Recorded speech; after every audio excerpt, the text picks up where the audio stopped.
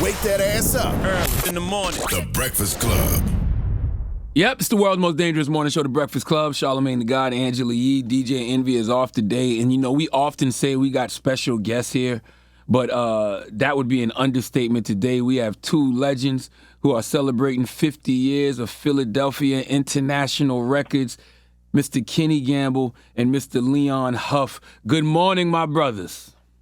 Good morning. Good morning, sir. Good morning. How are y'all, man? I'm asking that sincerely. Like, I really want to know how y'all brothers feel this morning. How are you? Well, I woke up feeling good. Mm-hmm. So, excited about today's interview.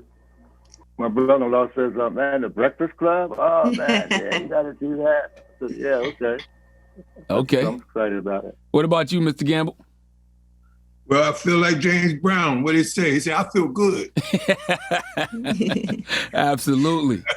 We are equally excited to have you guys. I talked so much about the Teddy Pendergrass documentary that actually came out, and you guys had such an integral part in his career. So I want to make sure we get into your whole history and even how you guys first got started. Because I remember hearing that when y'all first sat down to work together, you immediately got to work.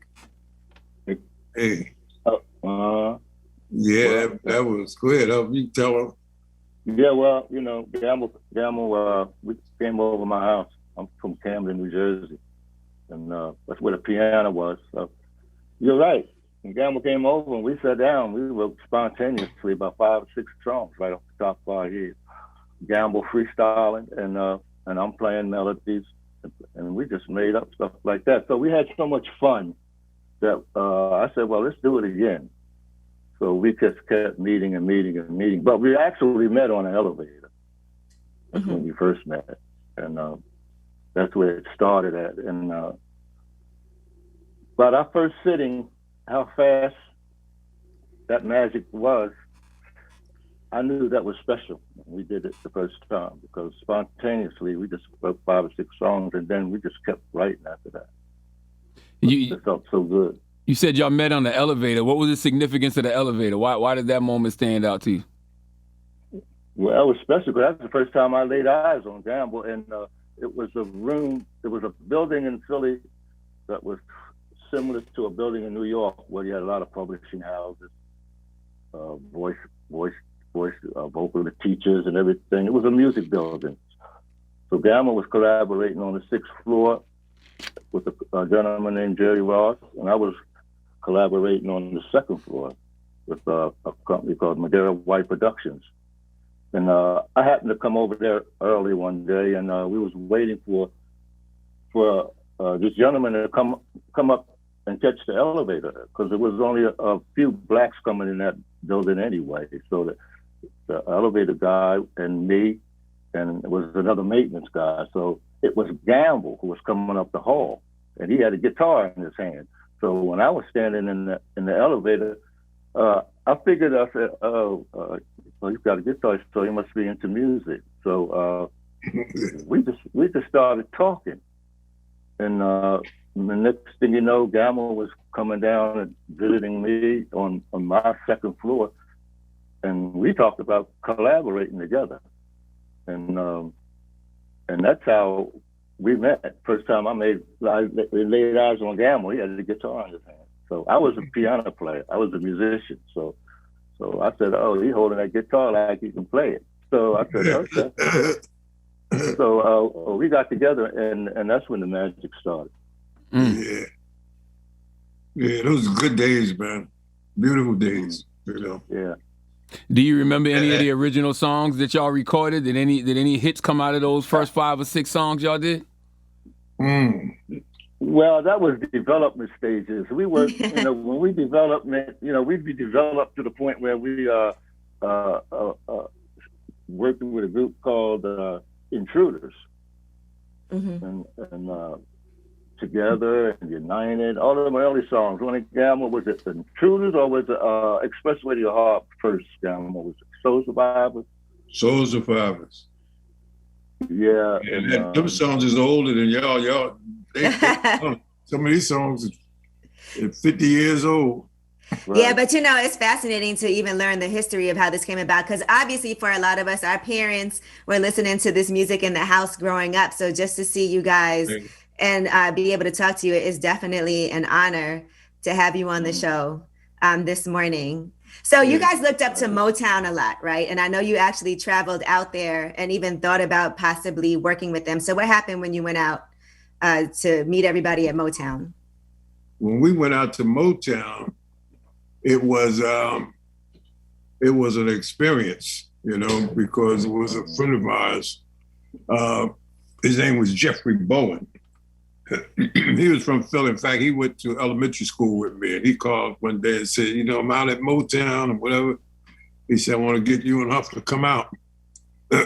And so when Huff and I got out there, there was a line of people trying to get into Motown. You know what I mean? Songwriters, singers, and whatever, And so we finally got in there, and Jeffrey, he took us around and showed us everything, and was a small place, real small. Have you ever been there? You ever been there in Motown? No. The museum. In Detroit, yeah. And but it's an amazing place once you go in there, especially if you're songwriters like Huff and myself, because we listened to all of their music. I mean, they were the blueprint for young guys like us back then, Motown, songwriters, producers, and plus they had some great singers too. But more than that, they had so many great songs. And that's what we strive for with Philly International and Gamble Huff and all of our endeavors. We were pretty much songwriters. How do you keep writing? You get an artist like Teddy Pendergrass. How do you just not get him one hit, but you get him hits for years? Like the OJs, you don't just get him one hit. You get him hits for years. We loved working with our artists, and we picked them specifically because they were unique within themselves. Like the OJs, nobody sounds like the OJ. Nobody. That's right. Nobody sounds like Eddie Levert, and Walter, And the other thing is that when you think of it with Lou Rawls, people like that we used to record. Nobody sounds like Lou Rawls, and so it was very interesting. Patti LaBelle. I mean, now that I'm talking about them, they all come into my head. All these people. Billy Paul. Billy Paul. God, I mean, we had the cream of the crop, and most of the songs like that Huff and I worked on, they were like tailor-made for the artists, and that's how we first started out. We were gonna make tailor-made songs for all of these artists, and it became beautiful. And we wrote every day. Every day we were writing songs every day. And on top of that, we had to try to build, with very, very little information for us, you know what I mean, as it relates to the business aspect of the whole thing. So we're thankful. We're thankful that we're here today, still alive, number one. And number two, I'm with Charlamagne the God. I like that name. I really appreciate being here with you. And hey, listen, we can go on from there. That's how we do it. You know what's so intriguing about y'all two, man? Y'all met each other, and y'all did something that I wish a lot more of us would do. Black people, y'all didn't try to compete with each other. Y'all said y'all would be better together as a unit. What gave both of y'all the wherewithal to realize y'all would be better together? Well, I was a musician first. I played piano. That was my specialty. But I used to think about lyrics, in fact, that's what I was doing before I met Gamble, But when I met Gamble, he was a poet. He developed into a lyricist, one of the best ever. And I didn't have to think about words no more. I just constantly laser beam concentration on the music, orchestration, and Gamble concentrated on them stories and the lyrics. And like Gamble said, it became easy because I didn't have to think about words no more, and Gamble didn't have to think about how to play that guitar with the numbers no more. We became specialists in our own right. So it made it easy. It made it easy for us to collaborate. Yeah, it made it fun. We look, we sounded so good. We used to fall on the floor laughing. Hey, listen, we used to say, where did that song come from? Where is that? How did that get in here? You must have had some things going on in your life to write some of those songs too. Oh yeah. Well, yeah. You know, when I went to school, we used to get booklets called current events. You know, I was always into newspapers and reading about the world, and a lot of the songs that the lyrics Gamble wrote about universal lyrics. So it was great. When we go to Gamble's office, that's where the upright piano was. And when we go in Gamble's office, we have a tape recorder running the whole time we're in his office, because we talked a lot, especially about world issues, community issues. We talked about the world, and that's how some of the songs came into to be born. But the titles, because sometimes titles can come out of conversation, and that's what we used to do. And we used to sit down right beside me with the tape recorder running, and when we were going to have a writing session, I might come in with 25 titles. Dan will come in with 25 titles, and we'll pick the titles that would sound the most interesting to us, and then we'll start writing on that particular subject. And I wish we could have filmed our writing sessions, because it would have been something to see. Because Dan will be singing and I'll be playing, and it'd be Gamble and Huff at the Apollo, because it'd be a show. It'd be a show in that room, and it sounded so great that we just filming this. Pure laughter and fun. That's what it was. Yeah, it was beautiful. Like, you know what? One of my favorites was "I Miss You," right? The song. And that was like a real, first of all, that's a long song, but it is so heartbreaking to hear what he is going through. He done went and got a job. So can you talk about writing that song in particular? What was going on? Was that for somebody? Was that a collaboration of what someone was going through? Oh yeah. Hey, look, you talking about the end where Hal Melvin was talking about, I got a job and all that. I even went and got a job. A lot of that stuff happened like in the studio, spontaneous, Yeah. It's like The Intruders, I Always Love My Mama. You ever heard that before? Yes. That's right. I always love my mama. So my favorite girl. Like the talking on the end of the Intruders song and everything, a lot of that stuff was spontaneous, Yeah. But it all fit into the mood at that particular time. Mm-hmm. And that's what made it so beautiful, is that even today, when you listen to it, you say, "Wow, it's unbelievable collaboration. You're working together instead of Yeah. I hope you got a pillow on I see a pillow here on the TV screen. It says "Better Together." My wife. That's my wife. Yeah, that's the way it's supposed to be. You're better when you work together. Well, so always. But "I Miss You" is a special song, because that's the song that we first recognized Teddy's voice. Because Teddy was singing in the background. Woo. And I think I was rehearsing them on that particular song. And when I first heard that voice come roaring out the background, I said, "Gamble, listen to the big, tall, black one in the background." I said, "Listen to the big, tall one." Man, and his voice was like, wow. That's what Teddy's voice was. Teddy's voice was so powerful. And the tone of his voice was so soothing, especially on ballads. Teddy's voice was like second to none to me. I mean, Teddy's voice was right on the same level I think about Marvin Gaye. Wow. And he was fine. Powerful voice, Teddy's voice. I said, yeah, I'm going to listen to Teddy's voice. And we did wonders with that voice. So how did that work with Harold Melvin, right? Because we know that there was some friction as far as who was singing lead, who the band was named after. I saw for a while it was featuring Teddy Pendergrass. How did you handle that? Because I'm sure personalities within a band, there's always going to be some issues as far as who's the headliner.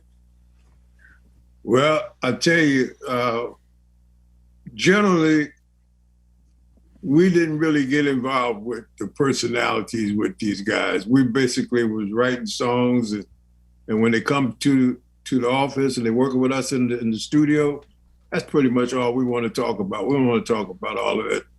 Mm-hmm. You know, a lot of stuff that they was involved in, because everybody was just starting out. You know, nobody had nothing. I mean, really. So you ain't talking about nothing.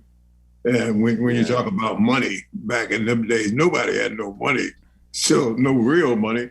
So I think that they probably had a couple instances where some money was mishandled or whatever the case might be. And they just like Charlamagne said, he said, instead of working together, you know, that's what happens to a lot of groups. You know, I give the OJ's credit because they stuck together. They still together, you know. And like me and Huff, we stayed together, and you get stronger.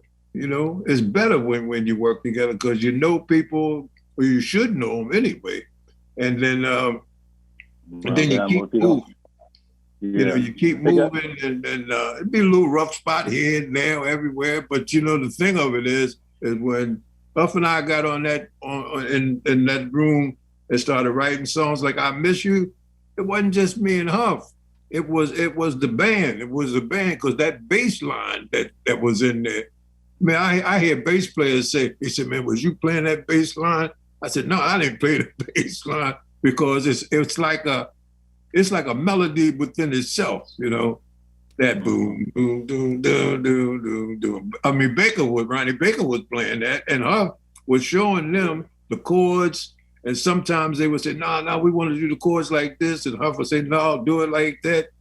And so just working the music out and working the tracks and setting the mood, because you have to set the mood for a song like "I Miss You." "I Miss You" was a moment. It's like, I miss you, you know, sitting here in my lonely room, ain't nothing but gloom, and I've been drinking. You guys say he was drinking, and so that those songs, they're almost like scenes from a movie, you know, really, you know, when you write a song.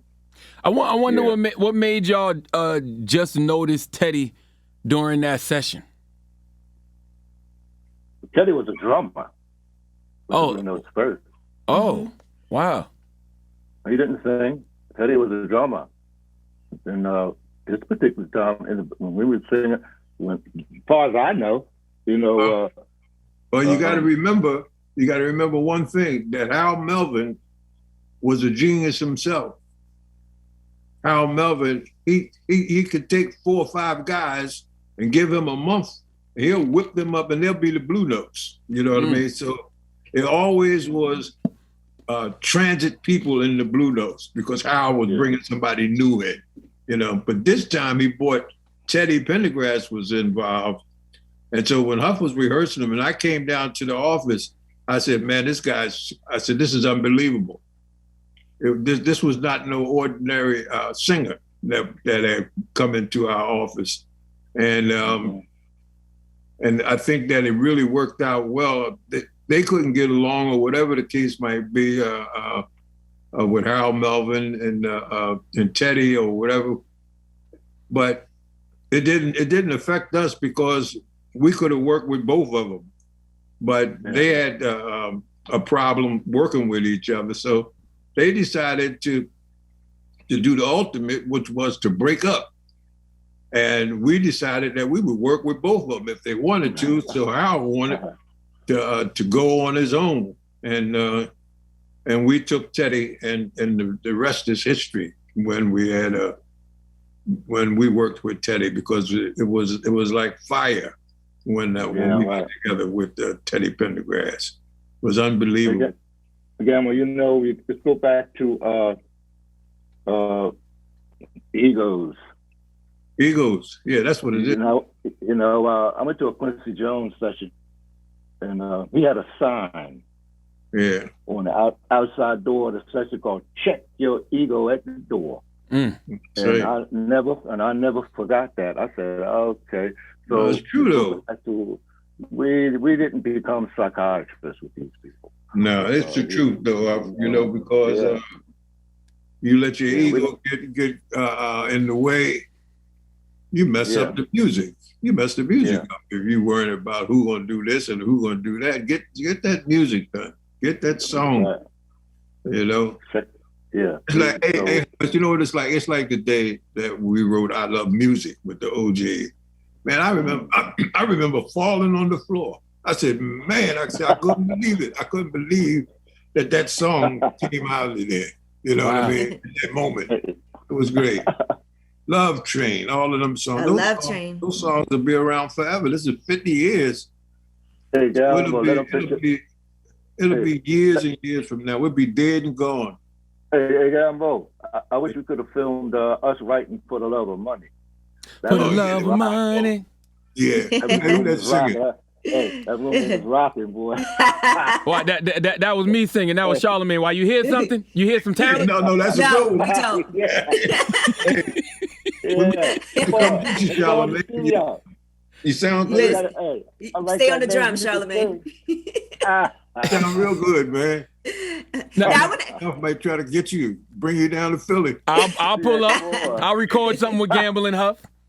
Is right. Now, let me ask you this. I know Marvin Gaye had discussed previously how hard it was to talk about issues in society and how labels didn't think that was a good thing to talk about anything that had to do with, what was happening in the world and politics. What was your take on that? Because you guys did actually become very involved in community, and it was reflected in the music too. So tell me what that was like for you. Well, one of the things, sister, was this here. That's why we had Philly International Records.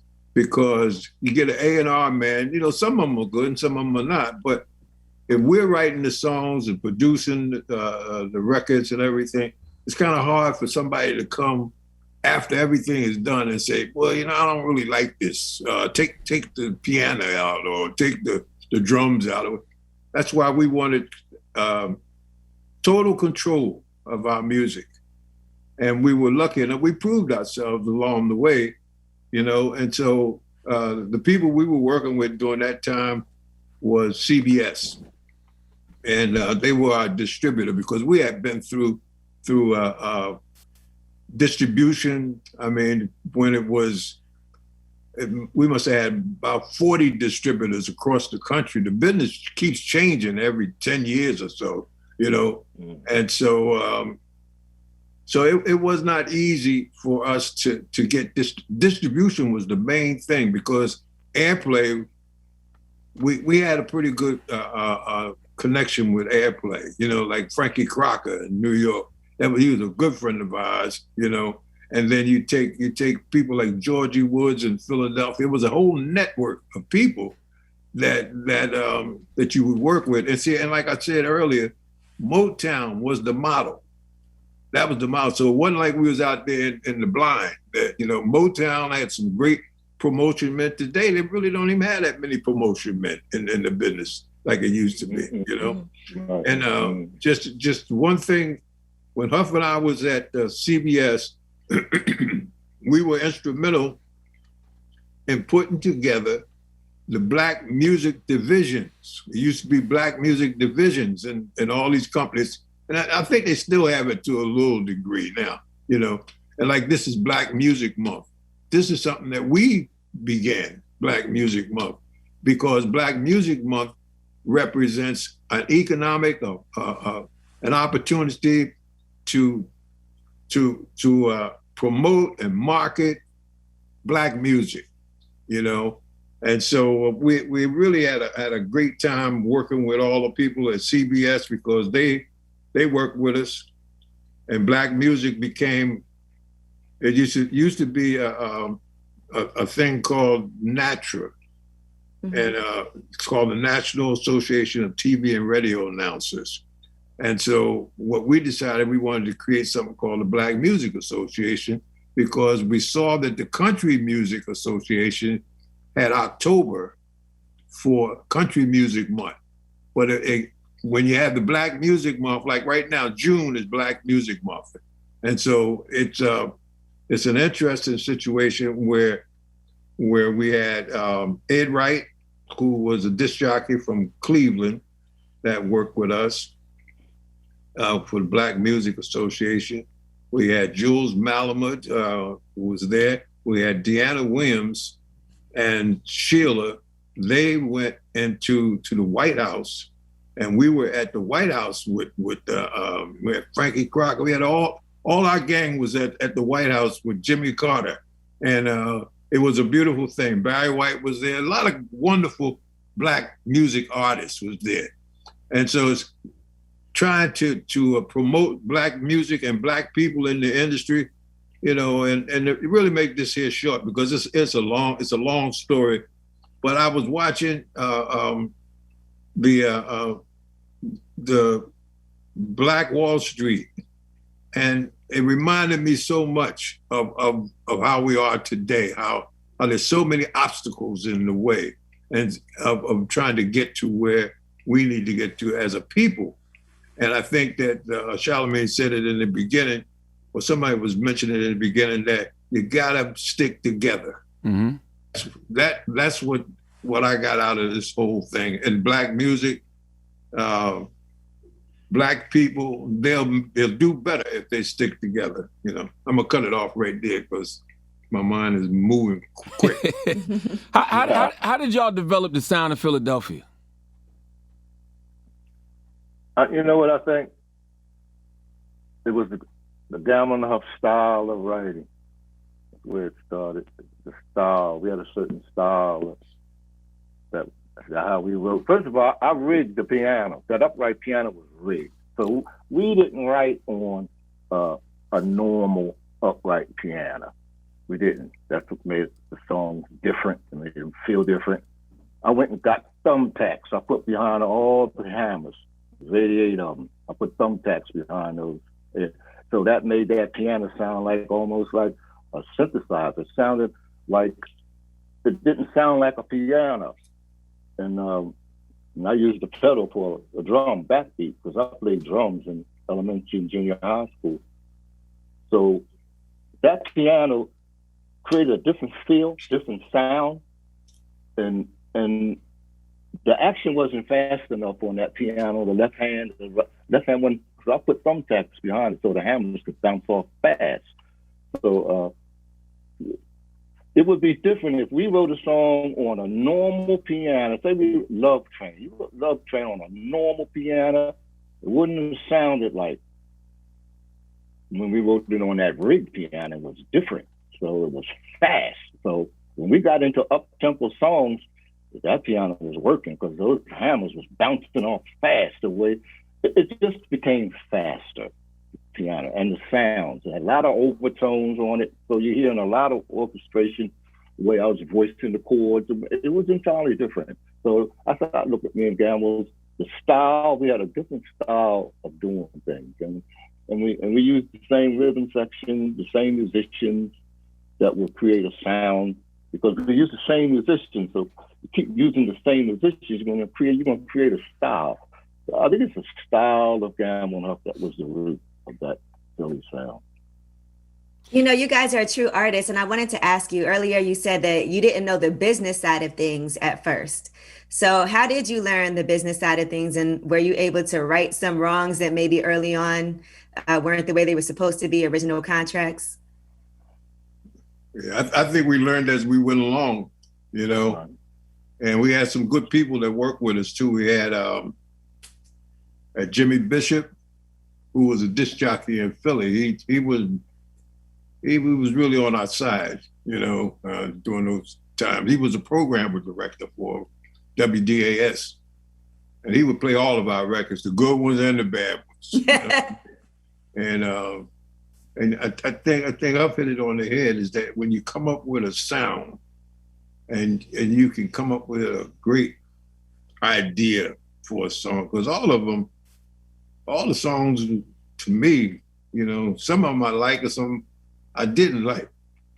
And they were hits. Some of the ones like When Will I See You Again? I love that song. Yeah, that's a great song. But at first I used to say, nah, I don't like it. You know what I mean? For some reason, I don't know. But then it turned around and be a #1 record. So you know, you like never really know everything, you know. Right. I think like me and Miss Jones. Wow, that's a huge hit. That was a big one there. I'm telling you. Yeah, that was a monster. Me and Miss Jones. It's still a monster today. But when it comes, and you guys had a theme song for Soul Train, so paperwork, right? So were you able to go back, like you said, because at first you're learning as you go along. So is it just, all right, you know, that's a loss that we have to chalk it up, or are there ways they can rectify when things weren't right from the beginning? No, you go back, you know, but yeah, you can make it better. Mm-hmm. You know, it's like you know, we come from Philadelphia, so Philadelphia to me is the city that you had two great dance programs in Philadelphia. One was Soul Train, because we did the Soul Train thing, Gambling Huff, which was big all over the world, you know, with Don Cornelius. And Philadelphia was the home of the predecessor of Soul Train, which was Bandstand. You know, wow. Bandstand, Dick Clark. So you had Dick Clark and American Bandstand and Soul Train come off of that Philadelphia spirit. You know, that's pretty powerful. You know? And you know something else y'all did that I don't know if y'all necessarily get credit for when it comes to Michael Jackson and Michael Jackson learning how to really write songs and produce records, that came under y'all tutelage, right? Yeah, we had a lot of good times with Michael, and and he was very talented, man. And you know, I learned a lot from him because he had things that was like bottled up in him that he wanted to do. And I can remember he said he asked me, he said, "Listen, can I go in the studio and record something?" I said, "Sure, you can. Go ahead." So I sat in there with him, and that sound that he created with his voice, that's what he did. He did that sound because he kept overdubbing his voice. He must have overdubbed his voice, man, God, 10, 15 times, you know. And it sounded great what he was doing. He knew exactly what he wanted. And so I think most people who are talented people, they just really need is an opportunity. They need an opportunity, and that's the way it was with Gambling Huff, is that we needed an opportunity so that we could have the finances to be able to express ourselves musically, and we needed time. You need time, and you can't be in a rush all the time. You got to be able to. It's like science. It's like a science, really, to me. And the only thing you're doing, you're dealing with music.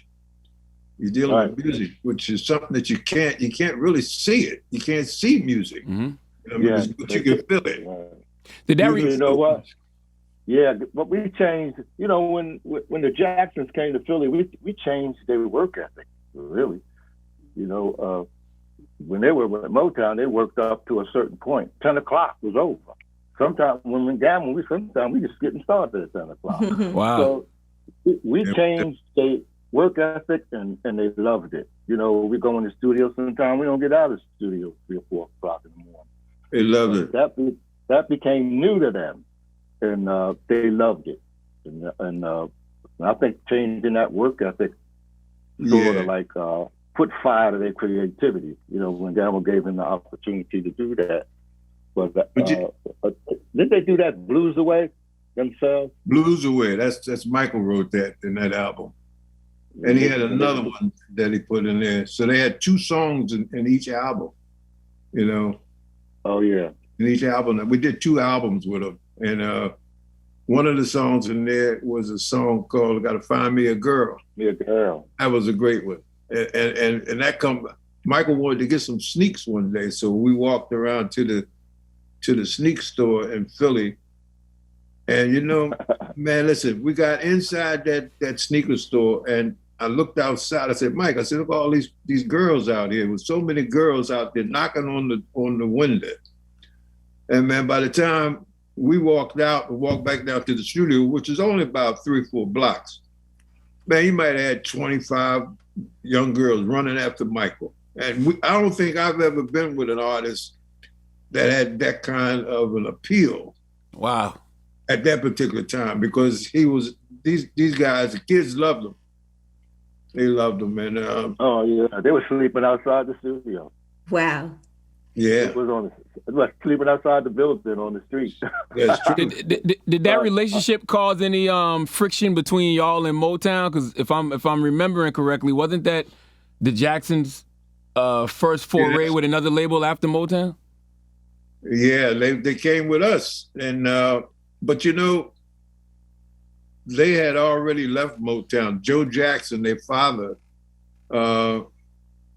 See, we had knew them. We knew them from the old days when they used to come and play the Uptown Theater in Philly, and they wasn't going to go back to Motown because Jermaine, he was the only one that didn't work with us.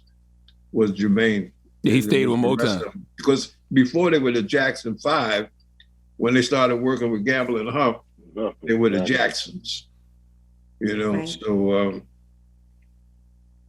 yeah, there wasn't no friction between y'all and Motown because of that. Nah, I didn't feel none. As a matter of fact, I think it made it better. You know what I mean? Our relationship with them better because that's one time that black disc jockeys and people they did work together because, and I think we were the best choice because we had a good relationship with all the black disc jockeys because the companies were stealing all of Motown's artists. Just like they would do with us too if they could, you know what I mean? Because the companies like RCA and even Columbia tried to steal Lou Rawls from us. You know what I mean? Oh, it's a vicious industry. You know what I mean? It's called cherry picking. How'd they try to steal Lou Rawls from y'all? They tried to sign him because his contract was up with us. And they offered him money. That's how they got him. Yeah. They offered him that money, and so Luke came to me. He said, man, you know they offering me X amount of dollars, man. He said, I got to get that money, man. He said, he looking for us to at least match it. You know what I mean? Yeah. And I told him, I said, we don't have that kind of money, man. We write for we would write and produce, and we was doing pretty good with him. You know, we had that "You'll Never Find Another Love Like Mine" and "Groovy People" and all those songs. So you'll never find. You know, I think never find. It was just worth it just to work with Gamble and Huff to me. You know, because we was going to get them. The hits is what made it matter. You know. Right. Yeah. Not even. Hey, Huff, but they tried to get the OJs. They tried to get. Of course they did, right? And you would know that. Yeah. They tried to get the OJ, and then they tried to get Teddy Pendergrass, and but they didn't care whether they got a hit with them or not. They didn't care because hey, Gamble, they tried to get some writers. Writers? Oh yeah, all of them. Yeah. You know, they tried to get It's like a war with the record companies. They all basically one company. Mm-hmm. Because now, when you look at it, the streaming and all this stuff, it's competition. So that means you got to be on guard at all times. When we signed Lou Rawls, that's when our writing skills went to another level. Yeah, it elevated. Yeah, I said, Gamble, we got to think on this one. And we pop with that. You'll never find another love. First one out the box. Damn. Hey, what was it about Lou that took y'all to another level? What was it about him?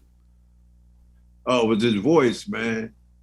Voice. Now, you know what? I looked at Lou Rawls like he was the Black Sinatra, you know, and to get them deep voice. Sinatra called him the voice. Wow. That's right. And listen, he worked with Sam Cooke. Mm-hmm. Lou Rawls, he sang "Bring It to Me" with Lou Rawls. Lou had a huge pop following. Yeah, it's unbelievable. So as you guys are reflecting on 50 years in the business, I know you're putting out box sets, and there's a lot of songs also that you feel like might not have got the recognition that they deserved, and perhaps some artists too, right? Say that again? There's some artists and some songs that you feel like they didn't get the recognition that they deserve. Oh, yeah. Mm-hmm. Yeah. So, well, say like a guy like Bunny Sigler. I don't know if you know him or not, but he was very talented. He's a great singer. But in my view, he was like a better songwriter. You know what I mean? Like he wrote the song for the OJs, "Just Let Me Make Love to You." That song is a classic, you know? No, don't call me brother unless you really mean it. Oh yeah, that's a good one. Yeah. That's a good one. And then another example would be McFadden and Whitehead. They were with us. And look at the great songs that they wrote. They wrote Backstabbers. Huff helped them right there. Smile in your face. Huh? I was just saying. They smile in your face all the time. They want to take your place. All right, Charlamagne, stop trying to get signed. It's not happening. That's Charlamagne singing. Yes, sir. That's me. That's the voice. He is trying. You sound good, Charlamagne. I'm telling you, man. You sound good. Hey, just say the word. I'll be in Philly tomorrow. Hey, I don't know, Gamble. You might have lost your touch with this one. Listen, all you need today. People making a record in their living room. You don't need a big studio no more, like we used to do. You know, y'all mentioned it earlier, but I want y'all to go a little deeper. How important was Soul Train for the success of Gamble and Huff? Oh, Soul Train was so successful for us because it was like Cornelius. I used to talk to Cornelius 3-4 times a week, and every week he would say, "All right, who we gonna put on this week? Who we gonna put on this week?" I said, "Well, look, get the Intruders, or get the Hal Melvin, or get the OJs, or whatever." And he helped us. He helped us with a national exposure.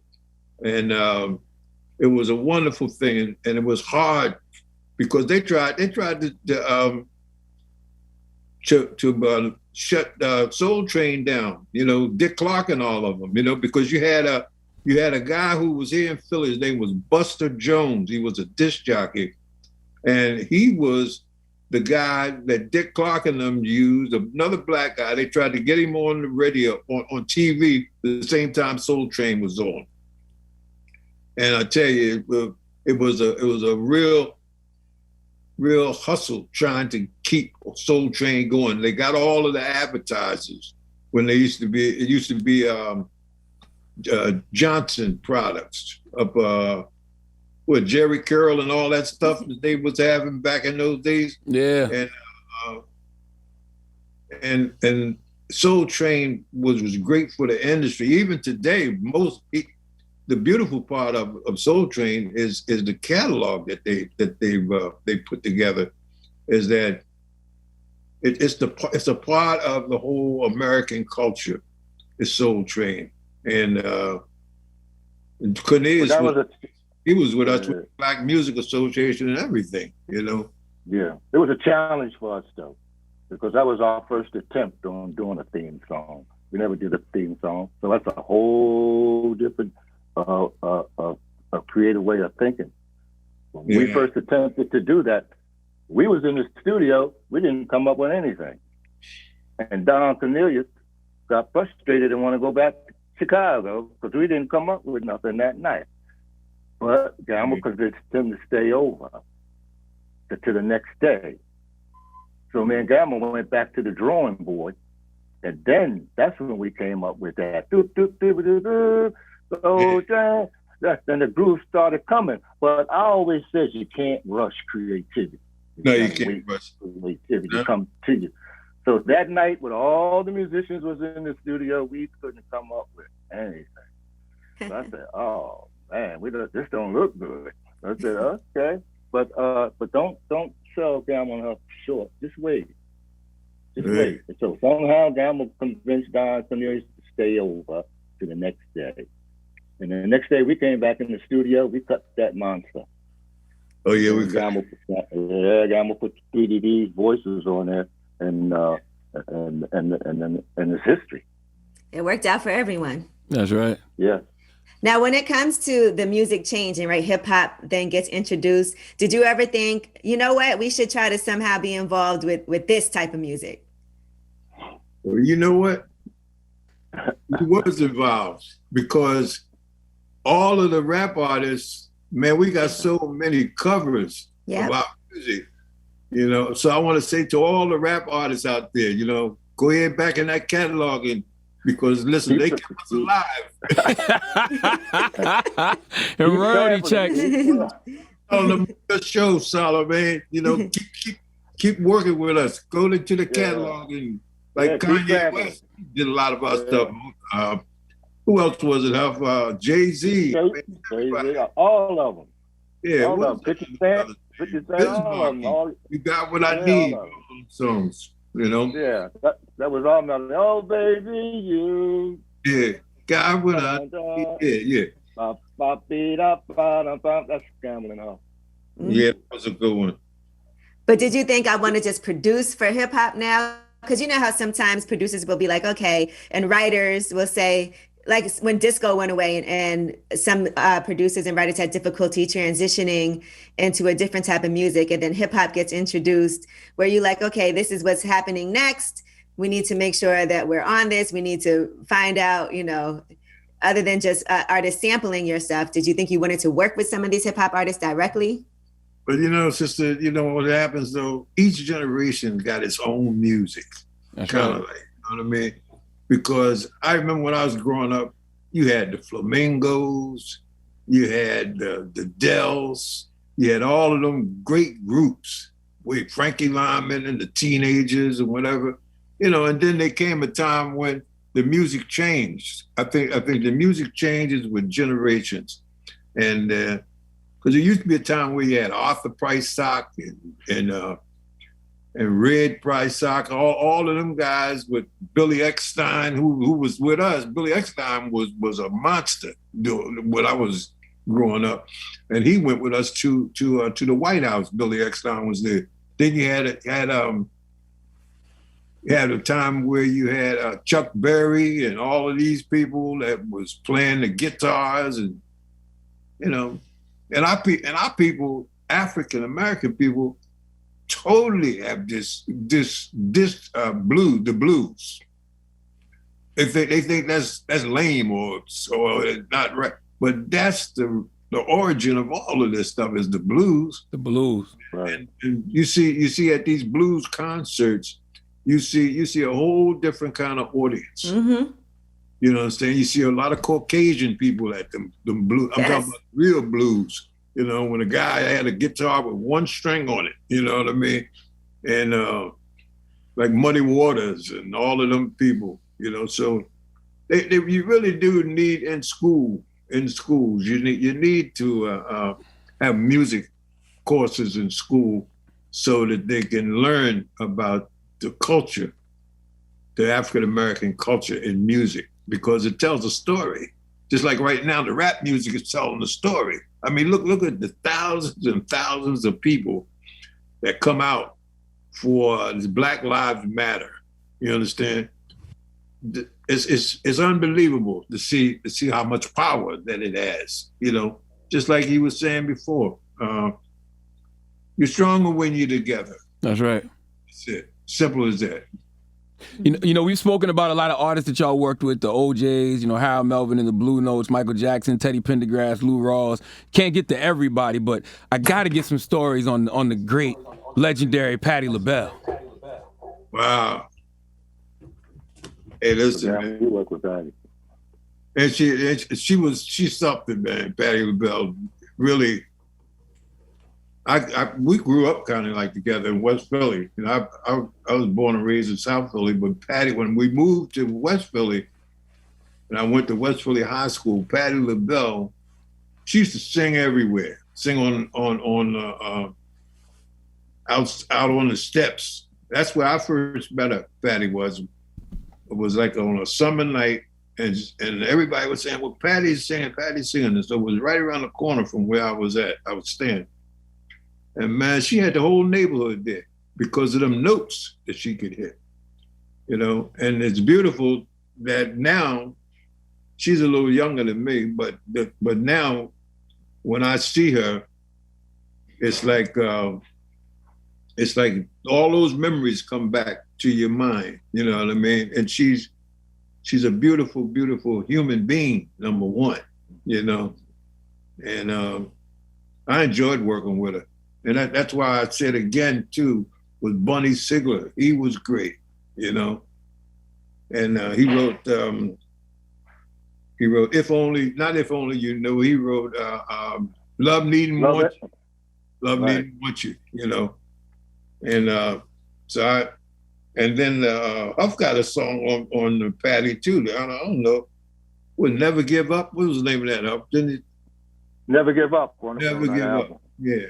Yeah. And then you got Dexter Wansell. You got all of these people. Dexter, he wrote If Only You Knew. And Cynthia Biggs and all of these people. We had so many writers that we opened the doors up. And the people was like Motown. See, because we saw that vision. People were lined up trying to get into Motown. The same way it was with Philly International. People was lined up trying to get in there, you know? And it's a blessing. It's all a blessing, and it's what you do with your blessings. This is what counts at the end. So I think Patti was a blessing because she came there as not like somebody we didn't know. We knew Patti LaBelle. And when I go to see her perform now, and she's been down there working with us in the community. She's great. The people love her. They love Patti LaBelle. Do y'all ever get over to her house for some dinner and some pies? She loves cooking and all that kind of stuff. Yeah, she likes to do that. Hey, she brought food to the studio. Damn. That's amazing. Hey, and let me just tell you this here. Now, we had Patti LaBelle and Phyllis Hyman. That's right. Wow. Both of them is strong, man. You know what I mean? So we had to work it all out. And the Jones girls. And I gotta slip my girl in there. We had Dee Dee Sharp in there also, too. I don't know if she hear this, but I know if she don't hear me, at least mention her name, she'll be all over me. Yeah, she was there in the beginning. I said, I know you was, you know. Well, but it's such a wonderful thing that we still live in. I said that earlier too, but right. It's great to be able to enjoy life, you know. And you know, when I see Huff, I see our past. I see the wonderful things we were able to do together and still doing, you know. And your children, like Leon Huff, isn't your son also a producer now in the business? Yeah, he's a beat maker. Started out when he was about 6 or 7 years old, making beats. So he's deep into it. Mm-hmm. So he can get any sample cleared from you guys, right? Say that again. He can get any sample cleared from you guys. Any sample? Yeah, if he needs to get something cleared. If you need to get something cleared? Yeah. That's easy. Want a chapel? Hey, look, we got songs in that vault that you never heard before. It's great. Wow. Yeah. Well, listen, I know y'all got to go, man, but Man, I don't even know what to say. Salute to Gamble and Huff, 175 gold and platinum records. They're in the Rock and Roll Hall of Fame, which I wish they would rename to the Music Hall of Fame. And they celebrating 50 years of Philadelphia International Records. I mean, you know, we talk about legacy and, you know, leaving something that's going to outlive us all. Y'all did that, man. So salute to you, brothers, Kenny Gamble and Leon Huff. Thank you for joining us this morning, man. Thank you. Pleasure. Thank you very, very much. By the way, you still there? Yes, sir. Yeah, I just want to say one other thing before we get out of here. Clarence Avant, he helped us also, too, with the Black Music Associations. I'll make sure that I mention Clarence's name because without him, we wouldn't have been able to do a lot of the things that we've been able to do. I love Clarence Avant. That's one of my inspirations, one of my mentors from afar. Yeah, he's wonderful people, man. Hey, listen, Charlamagne, I'm gonna call you one day and bring you down, man. Put the mic on you. All you gotta do is say the word, my brother. I'm there. No, I'm there. Okay. I know Teddy Pendergrass and Patti LaBelle and all of them are amazing, but you're missing the voice right here. Okay. All right. All right, my brothers. Thank y'all. Okay. All right. All right. Bye.